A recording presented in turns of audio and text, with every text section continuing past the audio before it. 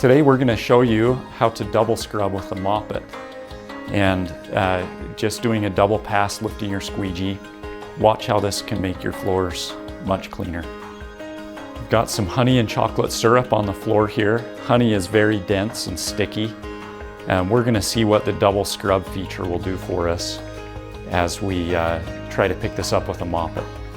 All right, now I'm going to lift up the squeegee just by pushing down the lever on the squeegee lift. I'll do that with my foot and we're good to go. Turn on your brush and solution.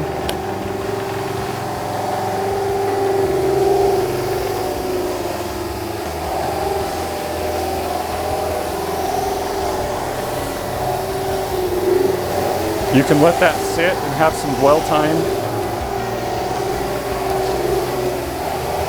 Now I'm going to drop that squeegee with the lever, turn on your vacuum.